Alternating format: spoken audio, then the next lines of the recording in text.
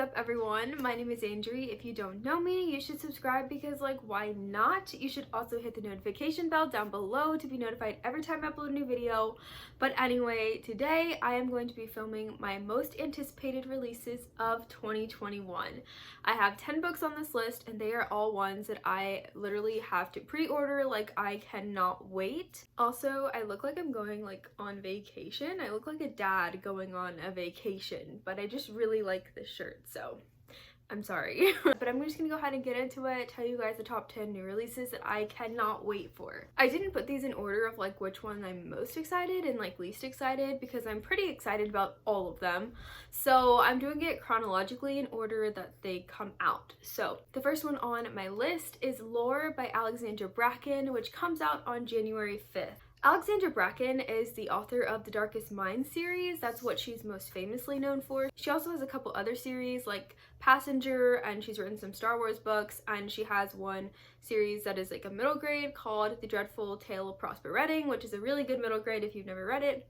But I love Alexandra Bracken so much. She really stole my heart with The Darkest Minds. Like, I love that series. It's still to this day one of my all-time favorite series I've ever read. So as you can tell, I'm really excited that she's coming out with a new book, and this one, like I said, is called Lore, and it has to do with Greek mythology.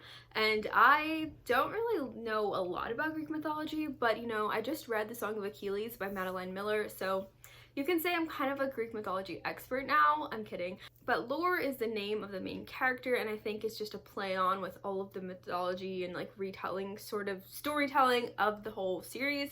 Actually, it's a standalone, it's not a series, I'm sorry. It takes place in like modern day New York City, which I think is really cool, and I don't know how she's gonna weave in all of the, you know, Greek mythology aspect into that, but I can't wait, and I'm here for it, and she's one of my auto buys. Like, I will buy anything from her. Next is Concrete Rose by Angie Thomas, which comes out on January 12th. I am unbelievably excited about this one. Like, it's unreal. So Concrete Rose is going to be a prequel to The Hate U Give, which most of you probably know. The Hate U Give is about a girl whose name is Star Carter, who is in the passenger seat when her best friend, is the victim of police brutality and he is murdered. But Concrete Rose is going to follow Star Carter's dad, whose name is Maverick, and Maverick does play a big role in The Hate U Give, so it's going to be really cool to see his backstory. So we've seen him as a dad, but now we're going to go back to when he first became a dad and see him at 7. Now that we get to go back and see Maverick's story, like from his early life, I think it's going to be a lot more emotional for some reason. Like, I think it's going to hit me even harder or just as hard, but I'm still so hyped for it, and I trust Angie Thomas so much to write these stories that really need to be told for the Black community, and it's going to be such a great book, and I cannot wait. Next is A Court of Silver Flames by Sarah J. Maas, which is coming out on February 16th.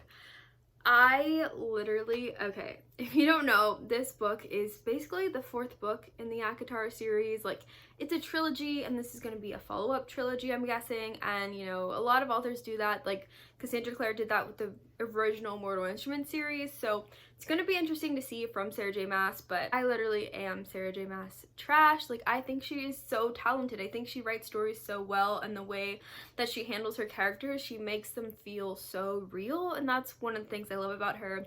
But in this book, we're going to be following Nesta, who is the sister of the main character from the A Court of Thorns and Roses series, Feyre. So we're going to be following Nesta, and we're probably going to see her other sister, Elaine, too. But Nesta, main protagonist, main everything. Spotlight is on Nesta. Nesta and Cassian just have so much chemistry. I mean, I don't know, we barely got to see them together, but just from what we've seen, I am so hype. Also, the things that Sarah J. Maas has said about this book, the things that have been teased, I think it's just going to be a great time. Next, of course, is Chain of Iron by Cassandra Clare, which is coming out on March 2nd. I love Cassandra Clare, and we all know this, but Chain of Iron is the 2nd book in the entire The Last Hours trilogy, and I am just really excited to get some answers. And the way that book 1 left off was, you know, some cliffhangers, so I can't wait to see some things get resolved, to see more Cordelia, Carstairs, some more James Harrendell, and all of the Merry Thieves. It's probably gonna make me cry because Cassie just has this thing where she makes me cry in every video just by being in the Shadowhunter world, but I'm still, you know, I'm still here for it. I'm ready for the pain. I'm gonna just embrace it. And I'm pretty sure me and my friends Therese and Lisa are gonna buddy read this because it's what we do, okay? And that's gonna be so fun too. Next is Rule of Wolves by Leigh Bardugo. This one is coming out on March 30th. It is the sequel and finale in the King of Scars duology. I don't know what it is about King of Scars, but I just didn't like that book. You can watch my previous video for more of my thoughts on King of Scars, but it didn't connect with me. And I'm still gonna read Rule of Wolves. I love Leigh Bardugo. I stan Leigh Bardugo, so I'm gonna give it a shot. Hopefully it's gonna be better than the first book. Hopefully it's gonna give me something more, because the first book didn't really give me what I was looking for, but I'm really hopeful, still, you know, still very much hoping that I will enjoy this because I really want to. Next is One Last Stop by Casey McQuiston. This one is coming out on May 6th. I don't read a lot of contemporaries, but the ones that I do, I tend to really like, or I see a lot on book Twitter, on booktube, and want to pick them up. And I've seen a lot from people who've gotten arcs of One Last Stop, and I wish I had an arc, but I don't really get those. If anybody wants to send me some arcs, I'm open. I'm like ready for them. But anyway, I read Red, White, and Royal Blue by Casey McQuiston, and I really enjoyed that book. I think it was written really well, and it was funny, and for someone who doesn't like contemporaries, it surprised me that I liked it. So I'm hoping I'll get the same vibes from One Last Stop. I'm not entirely sure what the whole plot is, but the cover is so cute, and I already know that I'm gonna buy it and I want to read it, so I'm excited for that one. And then we have A Psalm of Storms and Silence by Roseanne Brown, which comes out on June 1st. And this is the sequel to A Song of Rights and Ruin, but A Song of Rights and Ruin is just mainly about a boy whose name is Malik, who loses his sister. To get his sister back, he needs to kill the princess Karina. On the flip side of that, we have Karina, who is a princess, and her mom, something happens to her mom, and to get her mom back, she has to get the heart of a king. So, what is Karina gonna do? She's gonna have this competition where Malik is gonna try to, you know, get close to her. Then she's gonna make whoever wins the competition a king, so she can just, you know, take his heart, kill him, you know. Just all she needs is the heart, get rid of the boy after that, that's all you need. And then, you know, that sets the two off on this unknown journey of them trying to kill each other. But they may also be falling for each other. And it's so good. Like, and not just the romance part, the fantasy aspect, the world building was phenomenal. I really enjoyed that. So I cannot wait to see more from Roseanne Brown. I think she's a very promising author since that was her debut. I think it was done better than some of the other novels that I've read by established authors. So that doesn't tell you something. I don't know what will. So on the same day, that's gonna be such a great day, June 1st. On the same day, we have another book coming out by Tahed Amafi, which is An Emotion of Great Delight. And let me just tell you, that is another author whose contemporaries I will read.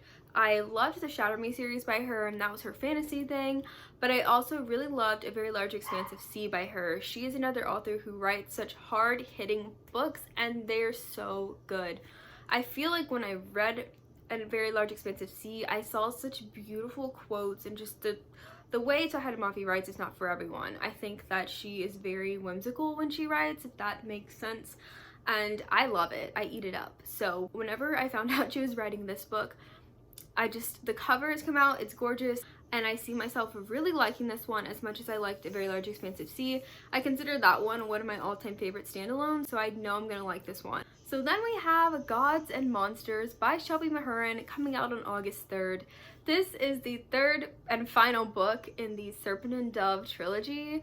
Not a lot of people like that one. I feel like not a lot of people do. Maybe a lot of people do, but you know, some of my friends don't, and so it's really funny to me when I bring up Serpent and Dove, when I talk about the series, because I genuinely like it. I think that Reed and Lou have it. Like, they're just very exciting and interesting to read about, so that's why I really like it. But I'm excited to see where she's gonna take it. I'm just excited to see how the story wraps up, and I'm gonna be so sad because I hate endings. I hate the last book in series, but I love Reed and Lou, and I really want to see where that's going. Really quick, if you don't know, Serpent and Dove is about a witch and a witch hunter who are forced into marriage, and lots of things ensue, and here we are with Gods and Monsters. So I really didn't like this title, actually. Like, I don't know what she's doing with that title. It makes no sense with the rest of the series. Like, Serpent and Dove, Blood and Honey, and then Gods and Monsters. Like, I guess it's all fantasy, but it just doesn't make sense to me with the themes of the story and like the people and the magic. It just, I don't know. There's never been mention of gods ever or monsters, so I don't know where they're going with that, but I'm excited. Okay, so the number 10 on this list is Empire of the Vampire by Jay Kristoff, which is coming out on September 7th. It said it's coming out on September 7th. I don't know if that's for sure true because it was on Goodreads, and I don't know if I trust Goodreads, but I think it is coming out in 2021. It was supposed to come out this year, so listen, I love Jay Kristoff. He wrote Nevernight. He has co-written with Amy Kaufman on a lot of books, and I just think that he is very talented. It's gonna be some really traditional, brutal, violent vampires, like vampires that like want to kill people because they are hungry. Like it's gonna be like that, and I trust him to do that. I know that he's gonna do this well. I think that it's gonna be probably one of the fantasies that I've really fallen in love with. And like with Nevernight, he had footnotes. In this one, I think he's gonna have graphics. He adds a lot of details into his book, and he's an author who has a lot of control over what the whole presentation looks like. So if there's any of these that I am most intrigued, like just genuinely curious to see how it comes out, it's this one. This is also, I think, the only adult fantasy besides A Court Over Flames, which is now adult, but this one is just one of those adult fantasies that I am just ready. Dark fantasies are my thing, so it's not for everyone. It's not. He's not for everyone, but it's for me, and I'm excited. So those were the 10 I have, but I did have 2 more that I think are coming out next year, but I don't trust Goodreads, so I could be wrong, so I don't want you to take this like as, you know, set in stone. But if Aurora Rising number 3, which is by Jay Kristoff and Amy Kaufman, it's not titled and it also has no cover, but Goodreads still says it's coming out in 2021. Do I believe them? I don't know. But the first one was called Aurora Rising, and then we had Aurora Burning, and now we're gonna have number 3. And I really love that series. I started it this year, and I'm just, you know, in the process of waiting for number 3. And I think it was a good fantasy. It was a good young adult fantasy. It had a lot of elements that I like to see from Jay Kristoff, but it was also a bit lighter and I think easier to read for some people who don't like too much graphic and too much violence and gore and cussing and all that good stuff. But it takes place in space. It was a sci-fi. I don't really read those, and so I'm surprised that I liked it. So number 3, I'm just waiting on, and I hope it's coming out this year. But then there's also The Black Volume of the Dead by Cassandra Clare, which is the 3rd book in the Red Scrolls of Magic trilogy, or the Eldest Curses trilogy. And I didn't know that it had a title, because we have the Red Scrolls of Magic, the Lost Book of the White, and now the Black Volume of the Dead. That makes so much sense, because I've been wondering what it's called, and then I looked it up today and I was like, oh, that's what it's called?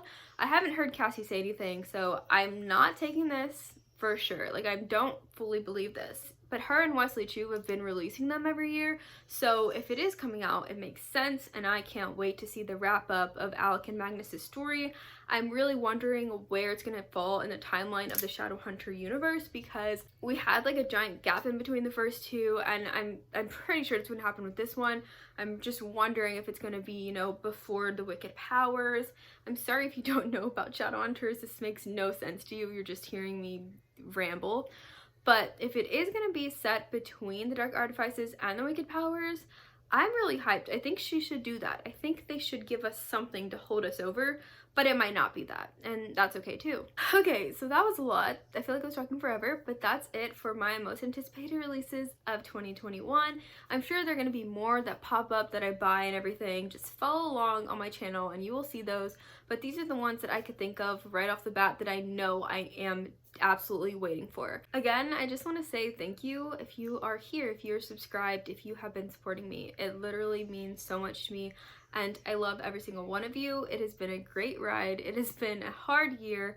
It's been a tough year for everyone, but having this as an outlet, having the books that we read as passion reads and having them there for us is just, it's been great for me, and I hope that books have done the same for you. If you stayed till the end, comment down below a book emoji. It can be any kind of book emoji, just so I know that you stayed to the end. I love to see who watches all my videos. That's all I have to say, so I'll see you guys in 2021. Have a great New Year's Eve, have a great New Year, and I'll talk to you guys later. So bye. She's a Mona Lisa. Everyone's lining up to see her.